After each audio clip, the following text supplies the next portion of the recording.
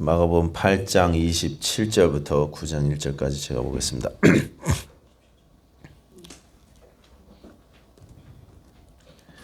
예수와 제자들이 빌립보 가이사라 여러 마을로 나가실새 길에서 제자들에게 물어 이르시되 사람들이 나를 누구라고 하느냐. 제자들이 여짜 이르되 침례 요한이라 하고 더러는 엘리야 더러는 선지자 중에 하나라 하나이다.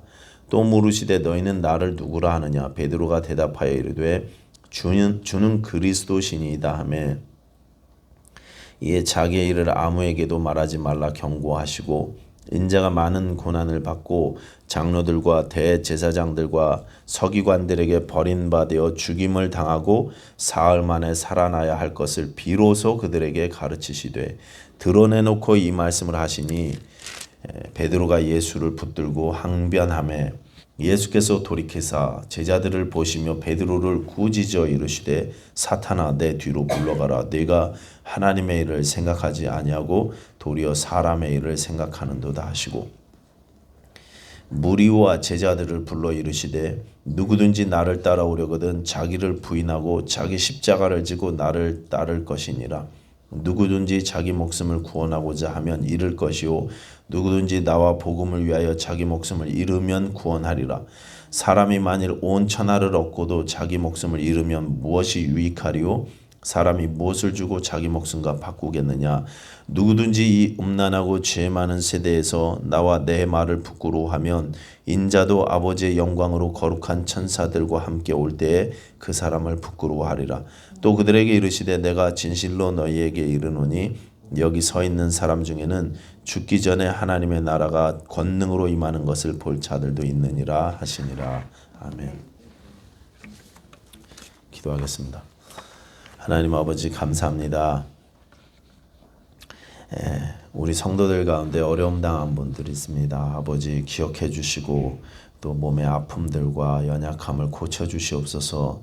또 우리 검사를 받고 기다리고 계시는 우리 김동근 목자님 기억해 주시고 또 마음의 평강과 또 담대함을 허락해 주시고 이 힘든 시간 잘 이겨내가는 귀한 믿음의 아들 될 수 있도록 주님 도와주시고 인도해 주시옵소서. 하나님 이 시간 우리 성도님들 말씀을 들을 때 우리 마음이 겸손히 주님의 말씀을 받게 하시고 삶 가운데 순종하는 역사가 있게 하시옵소서. 예수님 이름으로 기도하였습니다. 아멘. 제가 전에 이런 말 들은 적이 있었습니다. 외국에서 한국 말고 외국에서 중국 사람들은 가는 곳마다 음식점을 차리고 한국 사람들은 가는 곳마다 교회를 세운대요. 제가 그 얘기를 들으면서 역시 우리 한국 민족은 참 경건한 사람들이라는 자부심 같은 것이 있었습니다. 제가 이 미국에 와서 한인교회 이 실상을 이렇게 좀 알게 되고 또 경험하고 나서 보니까요. 이 말은 자랑스러운 말이 아니었습니다. 자랑스러운 말이 아니라 오히려 부끄럽고 가슴 아픈 말이었다는 사실을 알게 됐어요. 가는 데마다 교회를 세운다는 게 교회들마다 싸움이 벌어지고 다툼이 있고 갈등이 있어갖고 계속 교회가 이렇게 갈라지게 된다는 것입니다. 저희 있던 동네도 한국 교회뿐 아니라 미국 교회도 그렇습니다. 시골 마을에 쫙 이렇게 나무가 쫙 있고 농장이 쫙 있는 시골 마을에 큰 옛날부터 있던 교회가 있는데 교회 바로 건너편에 교육관을 졌는데 교회가 갈라져갖고 한 교회는 교육관에서 예배드리고 한 교회는 새로 진 본당에서 예배드리고 마주보고 큰 교회가 시골 마을 몇십 마일을 달려도 건물은 그 교회밖에 없는데 교회 두 개가 나란히 딱 있어요. 그런 일들도 있습니다. 가는 데마다 교회를 세운다는 것은 교회들마다 갈등이 있고 다툼이 있고 아픔이 있다는 그런 소리로 제가 들었습니다. 작은 교회는 작은 교회대로 큰 교회는 큰 교회대로 어려움을 겪는 것입니다. 최근에도 이 지역에 잘 알려진 교회에서 어떤 분이 저한테 이메일을 보냈습니다. 대충 읽어보니까 목사 반대파에서 보낸 이메일이었어요. 자기네 교회 목사님하고 갈등이 있으니까 리더십 갈등 때문에 알지도 못하는 저에게 제3자인 저 같은 사람들이 목회자들에게 무작위로 이렇게 이메일을 써서 우리 교회 사정이 이렇다 이렇게 알리는 글이었습니다. 왜 이런 일들이 생겨날까? 그냥 교회답지 않은 모습인데 왜 이런 어처구니 없는 일들이 이렇게 자주 나타날까? 물론 여러 가지 이유로 우리가 생각해 볼 수 있겠지만 저는 우리 신앙이 이제 온전하지 않기 때문이다 이렇게 말하고 싶습니다. 내가 무엇을 믿는 것인지 모르기 때문에 내가 믿고 있는 따르고 있는 예수님이 누구신지 우리가 온전히 모르기 때문에 예수님의 마음을 모르기 때문에 이런 일들이 생긴다고 생각합니다.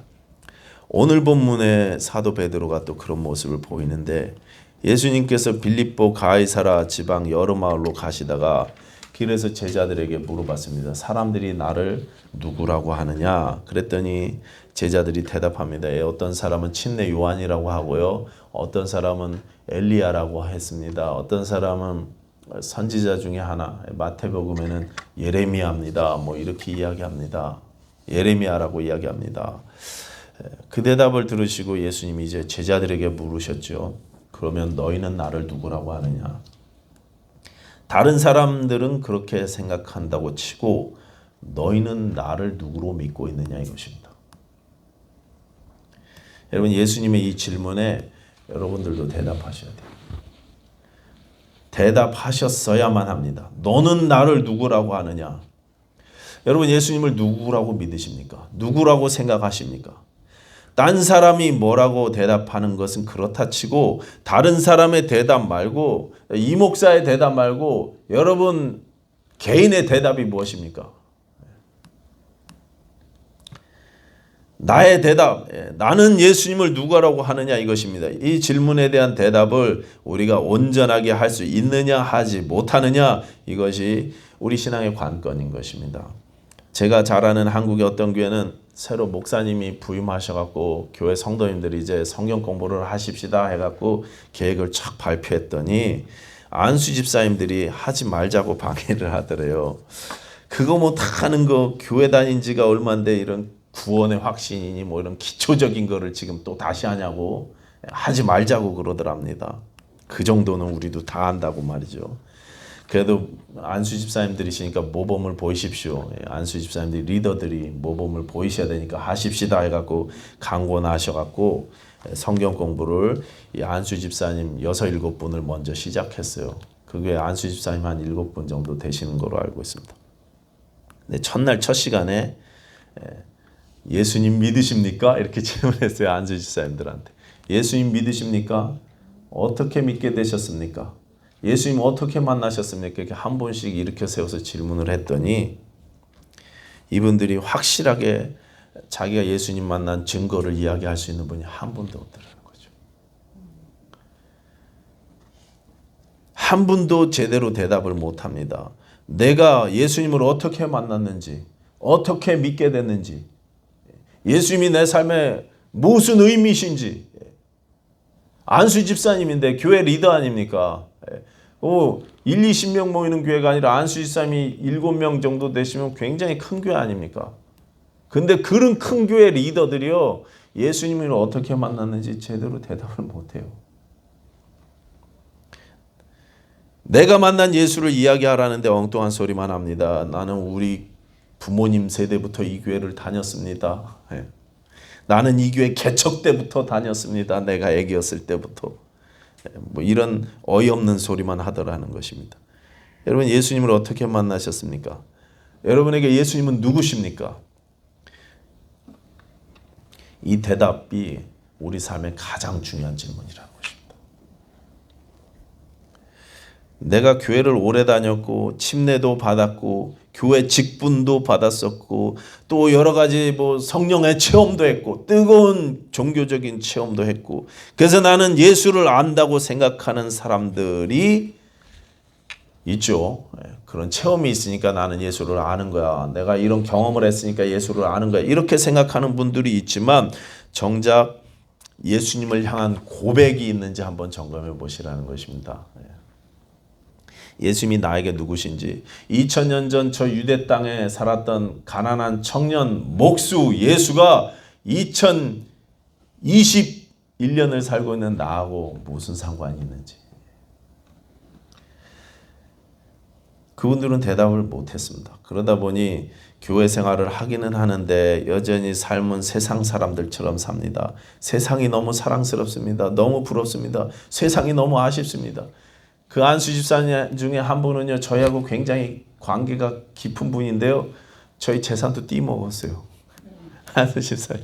저희 할머니 밭을 관리해 주신다 그랬다가 저희 할머니가 이사하시게 되니까요, 싹 명의 이전을 해 놓으셨더라고요. 그분 재산 됐어요. 그거 제 재산 될 뻔했는데. 예. 내가 내 인생의 주인 되어서 하고 싶은 대로 말하고 하고 싶은 대로 행하고 내 생각대로 그냥 마음대로 사는 것입니다. 나는 그렇게 살면서 나는 예수님을 안다고 착각하고 있습니다. 마태복음 7장 21절에서 예수님은 나더러 주여 주여 하는 자마다 천국에 다 들어갈 것이 아니다 그렇게 말씀하셨어요. 입으로는 주님을 고백해도, 신앙생활이 있어도, 신앙의 모습이 있어도 겉모습은 분명히 주님을 찾고 예수의 이름으로 능력도 행하고 예수 이름으로 병 고치는 역사도 일어나고 예수의 이름으로 여러 가지 일을 했는데 하나님의 자녀가 아닌 그런 분들도 있다는 것입니다. 나는 어떠냐 이거죠. 나는 어떠냐. 이 다음에 우리가 하나님 나라에 딱 갔는데 21세기 침례교회 모든 성도들이 그 자리에 다 있어야 되는데 빠져 있으면 어떻겠습니까? 그분이 왜 안 오셨지? 이 목사는 올 줄 알았는데 저 인간 왜 안 보이지? 그럼 어떻게 되겠습니까?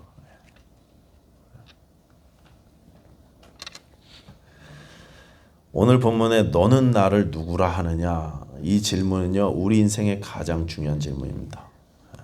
이게 우리 인생을, 우리의 영혼을 좌우하는 질문이기 때문에 그렇습니다.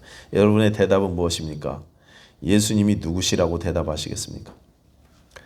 이 질문을 받고 성격이 화끈했던 베드로가 대표로서, 제자의 대표로서 했던 것 같아요. 기다렸다는 듯이 예수님께 대답합니다. 주는 그리스도시니이다. 마태복음으로 보면 주는 그리스도시요 살아계신 하나님의 아들이십니다. 이렇게 멋진 대답을 했습니다. 이 대답의 내용만을 보면 제대로 대답을 했죠. 맞게 대답했습니다. 정답을 맞췄습니다. 그런데 그의 대답이 말로는 정답이었지만 믿음으로는 온전한 대답이 아니었다는 것을 그 뒤에 나오는 내용으로 우리가 잘 알고 있습니다. 32절 보시면 예수님께서 당신의 죽음과 부활을 이제 본격적으로 말씀하시기 시작하니까 베드로가 반발하기 시작하는 것입니다. 32절 보십시오. 32절 다 같이 읽어보겠습니다. 시작. 드러내놓고 이 말씀을 하시니 베드로가 예수를 붙들고 항변하매. 여기 이제 항변했다는 말은 아주 거친 단어죠. 꾸짖었다는 그런 뜻입니다. 그 아래 예수님이 베드로를 꾸짖었다는 말하고 똑같은 단어예요. 예수님이 사탄을 꾸짖을 때 이런 말 하시거든요. 그러니까 사탄 꾸짖듯이 베드로가 예수님을 꾸짖고 있어요. 지금 베드로가 예수님을 막 꾸짖습니다. 거칠게 항의를 하면서 예수님께 한 수 가르쳐드리고 있는 것입니다. 하나님의 아들이 십자가에서 죽는 게 말이 되느냐고, 승리자라는 그리스도가 죽임을 당한다는 게 말이 되는 이야기느냐고, 말이 되는 소리냐고, 내가 그런 소리나 듣자고 지난 3년 동안 당신을 따라다녔는지 아느냐고. 절대 그럴 수 없다고 예수님을 막 꾸짖는 것입니다. 이 모습을 보면 베드로는 비록 주는 그리스도십니다 이렇게 대답을 하기는 했지만 자기가 지금 무슨 고백을 하고 있는지 정확히 알지 못한 상태에서 했다는 것을 우리가 알 수 있습니다. 예수님을 향한 고백이 온전하지 않습니다. 그 뒤에 예수님께서 제자들을 보시고 그리고 베드로를 꾸짖은 것으로 봐서 제자들도 베드로하고 똑같았던 것 같아요. 똑같았습니다. 예수님을 향한 고백이 온전하지 않습니다. 자, 여러분 예수님이 누구십니까? 여러분 예수님이 내 인생의 주인이라고 인정하십니까? 정말 예수님 아니면 안 된다고, 예수님 없이는 나와 내 가정은 안 된다고 고백하고 인정하시면서 우리가 살고 있느냐 이것입니다. 이게 안 되기 때문에 우리가 흔들리는 거예요. 참된 신앙은 예수를 누구라고 고백하느냐에 달려있다는 사실을 여러분 꼭 명심하시기 바랍니다. 28절 보시면 사람들이 예수님을 다들 나름대로 존경을 합니다. 침례 요한이다, 엘리야다, 선지자 중에 하나다. 예수님을 사랑하고 존경하고 좋은 분으로 좋아합니다. 그런데 예수님을 나름대로 이렇게 좋아하고 귀하게 여기고 훌륭하다고 생각하는 정도의 신앙만으로는 부족하다는 것입니다. 그렇죠? 예수님을 그냥 존경할 만한 인류의 스승이고 선지자고 그래서 예수님을 사랑하고 좋아합니다. 그러나 나 같은 절망적인 죄인에게 꼭 필요한 구세주라는 사실, 내 인생에 꼭 필요한 주님으로 모시지는 못하더라는 것입니다. 교회 안에서조차 교회를 수십 년 다녔으면서도 불구하고 예수님이 내 인생에 가장 필요한 분이라는 사실, 안 계시면 안 된다는 사실을 우리가 인정하지 못하는 분들이 있다는 거예요. 그러다 보니까 삶에도 믿는 자의 모습이 나타나지 않습니다. 신자의 열매가 나타나지 않습니다. 믿음과 삶이 일치되는 모습이 별로 보이지 않습니다. 지금은 은퇴하신 홍정길 목사님이 장애인 사역을 위해서 남서울 교회에서 바로 옮기셔서 남서울 은혜교회를 새로 개척하셨잖아요. 그렇죠? 큰 교회를 갑자기 사임하시고 장애인 교회를 개척하셨어요. 그 교회 이름을 남서울 은혜교회다 이렇게 하셨어요. 장애인들을 위한 교회를 시작하셨습니다. 그리고 중점 사역이 장애인 아이들이 갈 학교가 없어서 학교를 거기다가 만드셨단 말이에요. 학교를 만들기로 하고 막 이렇게 허가를 받고 관계기관에 이렇게 하는 과정에서 주민들이 반발하기 시작하는 거예요. 장애인 시설이 자기네 동네에 들어오면 집값 떨어진다고. 그래갖고 계속 소송이 걸리고 굉장히 힘든 시간 지내셨어요. 이 목사님이 주변 마을을 다 찾아다니면서 아파트들 하나하나 방문하시면서 그분들에게 사정하다시피 해갖고 이 친구들 그럼 어디 가냐고, 얘네들이 무슨 죄인이냐고, 우리가 돌봐야 되지 않겠느냐고 해갖고 한 분 한 분 설득하는데 가슴 아픈 게 뭐냐면 그 방문하는 집마다 집안에 십자가가 다 걸려 있어요. 집 아파트 문 앞에는 어느 교회 성도의 집이라고 딱 교회 마크가 다 붙어 있어요. 그런데 그들이 집값 떨어진다고 장애인 학교가 들어서는 것을 방해하더라는 것입니다. 예수보다 집값이 더 중요한 거예요. 예수보다. 왜 이런 일이 생깁니까? 예수님이 내 주인이라는 참된 고백이 없이 교회 생활하기 때문에, 그냥 종교 생활이기 때문에 그렇다는 말씀을 드리고 싶은 것입니다. 예수님이 주인이 아니시니 그 주인 자리를 다른 것으로 채웁니다. 그래서 어떤 사람은 예수님 대신에 자기 자녀가 인생의 행복이고 목적인 사람들이 있어요. 자녀를 위해서만 삽니다. 내 자녀가 잘 되기만 한다면 막 내가 몸이 으스러져라 내가 너를 뒷받침하리라 막 이렇게 이야기해요. 아브라함이 이삭을 데리고 모리아산 가서 아들을 바쳤잖아요. 근데 하나님이 손을 떼라고 하셨을 때 손을 뗐어요. 아시죠? 탁 칼을 들어서 찌르라고 할 때는 찌르고요. 손 떼라 할 때는 손 떼야 되는 거예요. 자녀들도 하나님께 맡기셔야 됩니다. 그렇지 않습니까? 계속 기도하고 그 아이를 위해서 간구해주고 손주를 위해서 계속 기도해줘야 되지만 손 떼라 그러면 내 방법대로 해서는 안 돼요. 손 떼고 하나님께 맡길 수 있어야 되지 않겠습니까? 어떤 분들은 돈이 인생의 주인이고 목적인 분들도 있습니다. 제가 여러분보다 인생 후배지만 저는 이제까지 돈을 주인으로 섬기시면서 사는 분들 중에 아름다운 인생을 사는 분들을 별로 보지 못했습니다.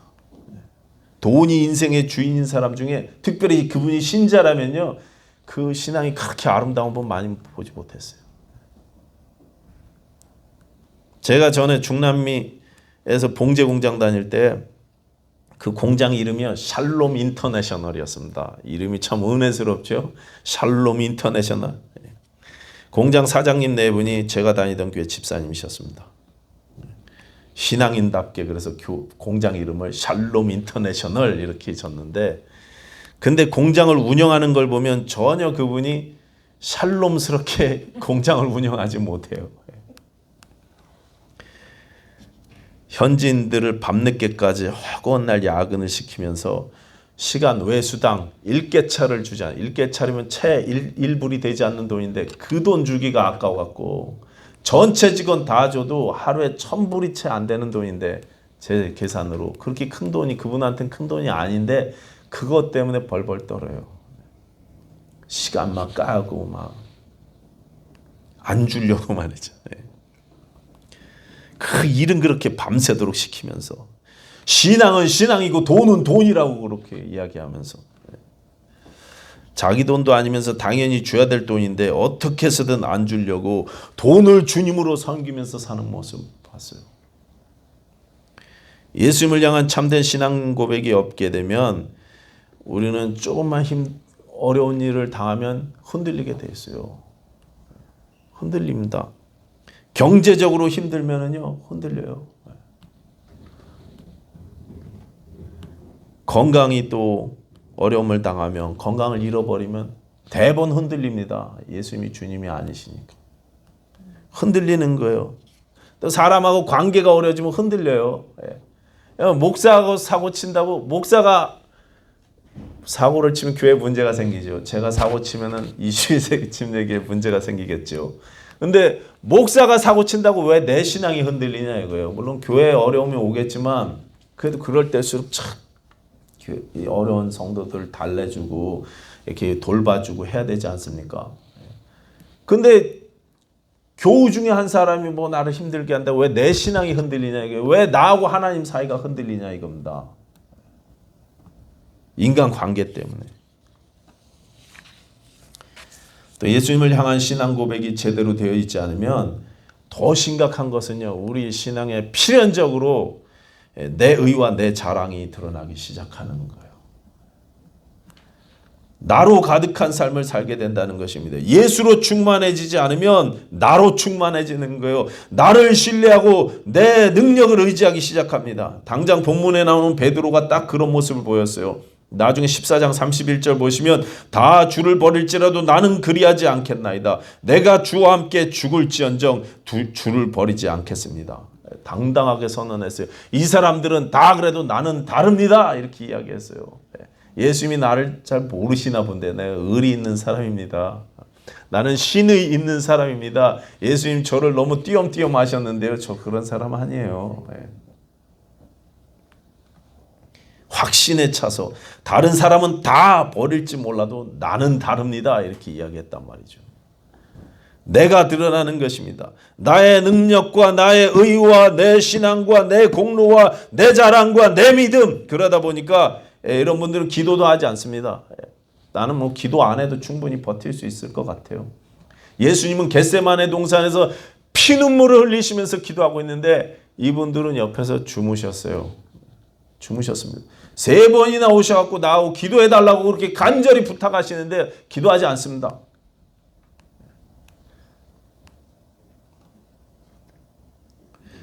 나 혼자도 할 수 있으니까 뭐 기도할 필요가 없는 것 같죠. 결국 결정적일 때 3번이나 실수하게 되는 것입니다. 34절에 예수님은 누구든지 나를 따라오려거든 자기를 부인하고 자기 십자가를 지고 나를 따를 것이니라 그렇게 말씀하셨어요. 자꾸 나를 드러내는 그들에게 나를 부인해라 이렇게 말씀하십니다. 신자는 자기를 부인하는 사람들입니다. 자기를 부인하지 않으면 내 신앙의 모습이 예수를 부인하는 방향으로 나가기 때문에 그렇습니다. 예수님이 나타나지 않으면 내가 나타나요. 여러분 아셔야 됩니다. 내 힘으로는 아무것도 안 됩니다. 내 의는 더러운 옷과 같다고 이사야가 말씀하십니다. 내 의가 없어져야 하나님의 은혜가 역사하는 것입니다. 우리는 자꾸만 나 자신이 그렇게 부인되고 내가 십자가에서 죽는 그런 삶을 살아야 하는 것입니다. 그것이 예수님을 주님으로 고백하는 자의 삶인 것입니다. 자기 부인의 삶. 물에 빠진 사람은 어떻게 구합니까? 내가 구조 전문가가 아닐 때는요 함부로 들어가면 안 되잖아요. 그렇죠? 수영을 아무리 잘해도 좀 조심해야 되지 않습니까? 직접 들어가면 안 됩니다. 제가 군대에서 제대하고 청년부에 수련회 간다 그래갖고 따라갔거든요. 어느 강가에 강원도 강가에 어떤 집사님 농사 짓는 집사님 댁을 빌려갖고 거기 더덕인가 뭐 잡초를 엄청나게 캐주고 성경 공부도 거기서 해주고 거기서 뭐 오리인가 닭인가 잡아서 음식 해주면 먹고 그 다음에 강가에서 물놀이도 하고 그러면서 수양회를 2박 3일 동안 3박 4일인가 하고 왔어요. 근데 마지막 날 강가에서 물놀이를 하는데 여자 청년의 하나가 수영하다 깊은 데로 쫀쫀쫀 해갖고 물에 빠졌어요. 저 안에 계곡 안쪽에 깊은 데서 막 호적대는 게 보이는데 그때 청년들이 다 저를 이렇게 쳐다보더라고요.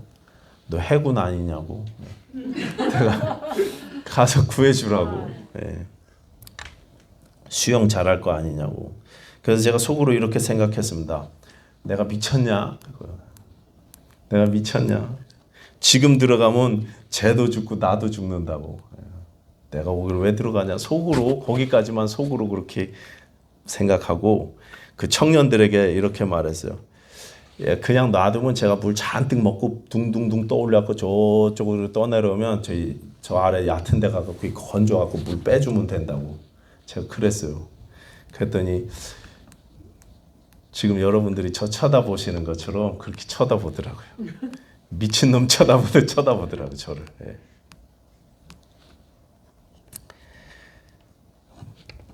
그리고 자기들끼리 손에 손을 잡고 들어가고 맨 끝에서 수영 좀 하는 친구가 계속 건져왔어요. 그렇게 하고 그 여자 자매를 살렸습니다.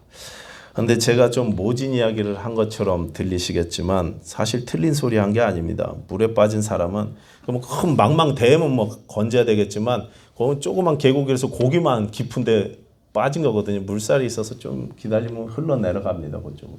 예. 물에 빠져서 호우적대는 사람은 힘 빠질 때까지 기다려야 돼요. 거기 잘못 들어갔다가 수영 못하는 사람 들어가면 같이 큰 봉변당하는 겁니다. 꽉 잡고 안 놓으니까. 힘 빠질 때까지 내 힘 남아있을 때 들어가면 같이 죽는 것입니다. 여러분 내 힘이 다 빠져야 하나님의 은혜가 역사하시는 것 같아요. 내 의가 사라져야, 내 자랑이 사라져야 예수 그리스도의 의가 그제서야 드러나는 것입니다.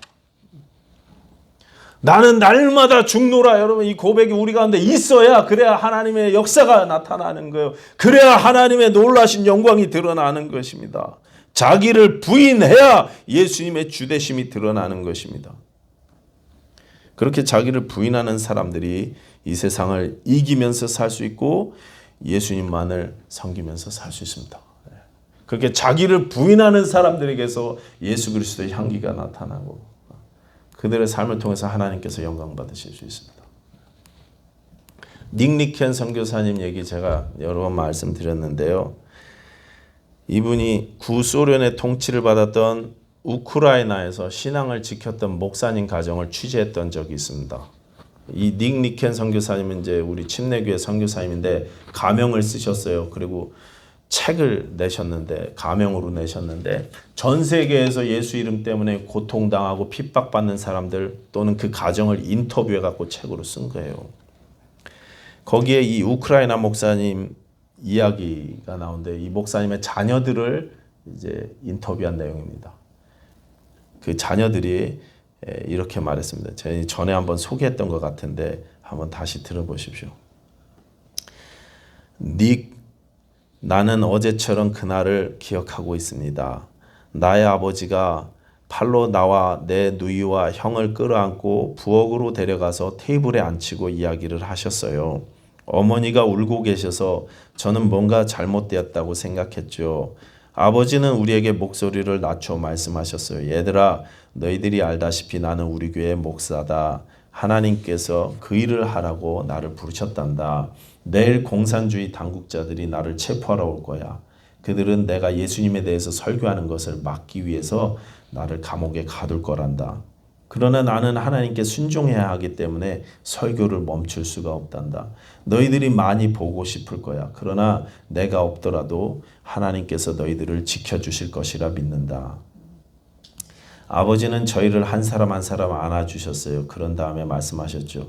이 나라 모든 곳에서 공산당 당국자들이 예수님을 믿는 사람들을 모으고 그들의 믿음을 부인하라고 요구하고 있단다. 때로 그들이 거절을 하면 당국자들은 그들의 모든 가족들을 끌어다가 한 줄로 세우고 목매달아 죽였단다. 나는 우리 가족에게 그런 일이 일어나지 않기를 원한다. 그래서 나는 그들이 나를 투옥시키면 하나님이 너희와 너희 엄마만은 살려주시기를 기도하고 있단다. 아버지는 잠시 말을 멈췄다가 다시 말을 이어갔습니다. 그러나 내가 감옥에 있는 동안에 내 아내와 아이들이 예수님을 부인하기보다 목매어 죽임을 당했다는 소식을 듣는다면 나는 감옥에서 가장 자랑스러운 사람이 될 거다. 만약 우리 가족이 예수님으로 인해서 죽어야 한다면 기쁨으로 그렇게 하자꾸나.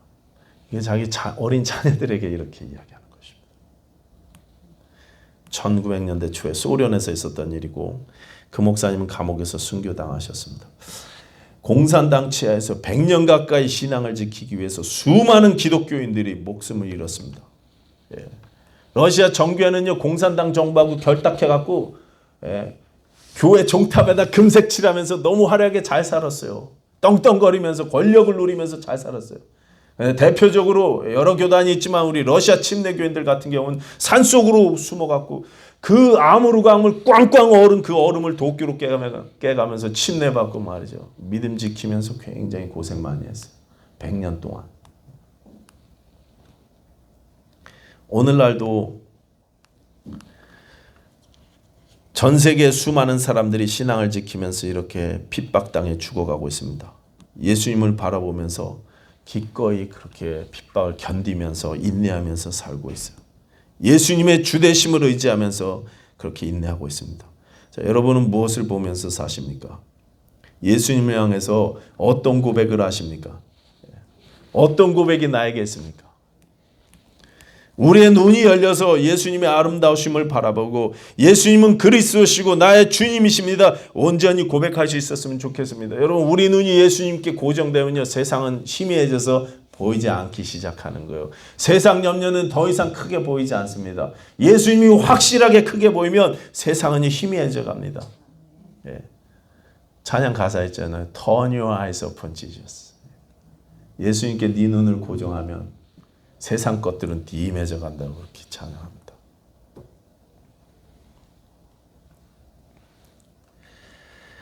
우리 신앙 고백을 한번 점검해 보십시다. 정말 예수님이 그리스도시고 주님이신지, 예수 없이는 내가 정말 안 되는지, 아니면 예수 없어도 나는 그럭저럭 견딜만 한지. 예수님을 주님으로 올바르게 고백하고 날마다 십자가 앞에서 자기를 부인할 수 있는 저와 여러분 되셨으면 좋겠습니다. 기도하겠습니다.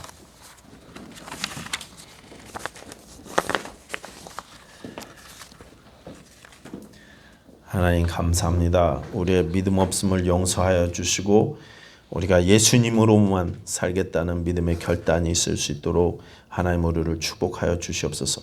흔들리지 않는 믿음 갖게 하여 주시옵소서. 예수님 이름으로 기도하였습니다. 아멘.